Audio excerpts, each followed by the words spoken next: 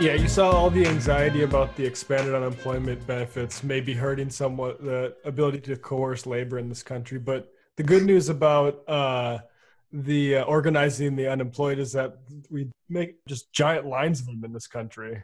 No, I Um, mean, sorry, that was one of the most incredible images that we've seen in a long time. I mean, how can you look at that and say that we're not in a Great Depression right now? yeah, I mean, it's clear. And the only difference between this and that original depression is now we have a very sophisticated system that is maintaining the privileges and the power of the wealthy and the elite. Yeah, I 100%. You guys are just right on the money. But that's one of the things that's very dangerous and concerning about the time we're in is that we can't think theologically, basically. Like, yes, like capitalism has revealed a lot of contradictions and even just a lot of trends that Marx predicted with a pretty extraordinary amount of precision. We can see these patterns. But the system is also adapting. The system is also evolving. And as we get into, I mean, really just an unprecedented concentration of power right now.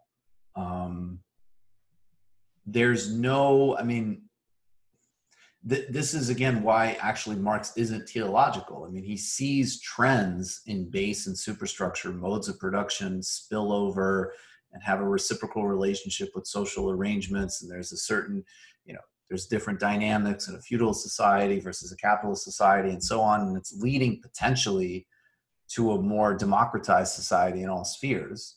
And you could even see that. I mean, some of the waves of technology, right? Things like Free Software Foundation is a small example, but there was models of doing tech that wasn't locked down, wasn't proprietary, wasn't creating artificial scarcity in what really is, informational and technological commons. These systems are updating themselves very aggressively. So, people need to be attuned to that. And I think this also relates to this conversation about the uprisings and which way they go. And I love what Bill said, which is like, demands get to mean what those who have power get to say they mean. Mm-hmm. And, the really simple argument, which I don't even understand was an argument, the really simple thing was, is it good that people are out on the streets uprising against police murder, racism, brutality, class structure? And I agree again with Cedric Johnson. I think especially things like going into grocery stores and getting toilet paper and stuff like that, I think definitely represented, like he said, the Trump bread riots. Like, we're in a Great Depression, we're in a pandemic, there's no proper social infrastructure for people in an already obscenely brutal and deeply unequal society. And we see now, the state of play is really clear. There's some local initiatives, there's some work of like Kshama Sawant on banning particular methods of brutality. De Blasio's come forward with like a small cut and redistribution. Minneapolis has done that thing that grabbed a lot of headlines, but frankly, just to be blunt, I'm deeply skeptical of that process. I'm extremely wary of what that yields.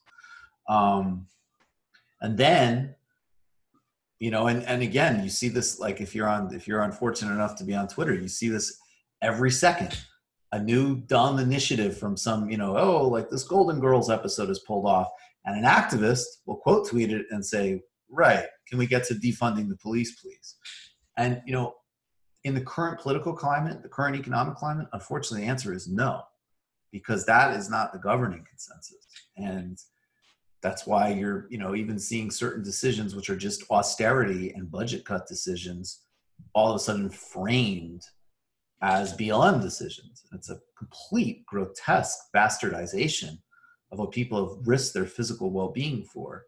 But it's also, again, why, going back to William Shockey, you need to go to the class and base dimensions of these things, because if we don't, we're not going to get a grip on basically just the big picture distributional trends. And, you know, and that is underlined by David's report that right now is not an emergency for corporate America and for oligarchy. It's an enormous opportunity, and it's being taken.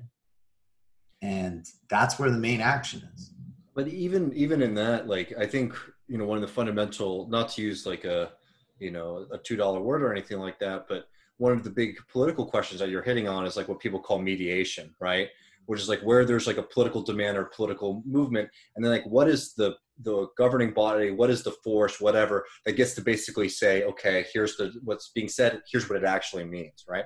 That's a really crucial, you know, political power that has been dominated for a long time by our enemies. Even talking about the Federal Reserve, you know, there are when people are getting really upset, for example, about the you know, the Federal Reserve stepping into the bond market, you know, you'd have all these kind of wonky guys who say like, well, actually, it doesn't mean exactly what you think it means, and this money isn't being printed and given to them directly. All this kind of stuff you know, to make the truth very unclear.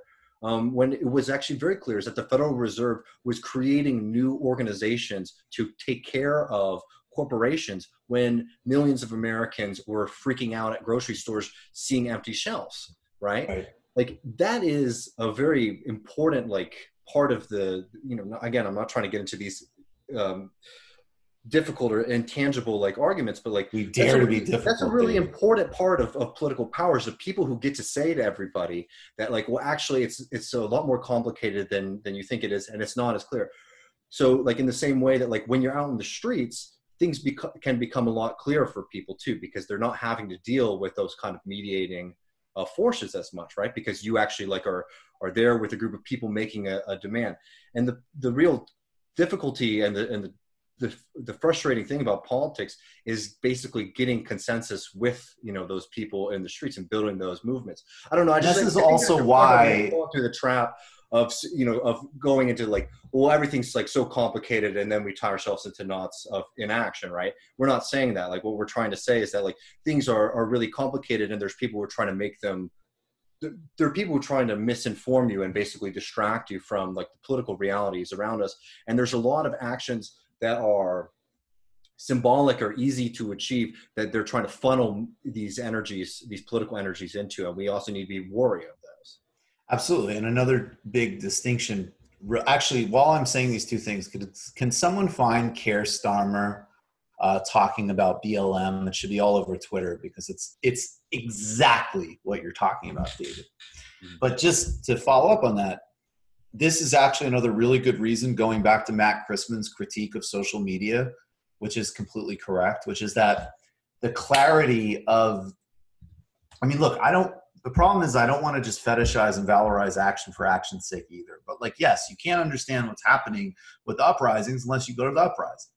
All the other mediating filters are not going to give you an understanding of, I mean, at least the specific streets you're on, because even that is not going to give you a whole picture, obviously, of every corner of the country. So that's 100% right.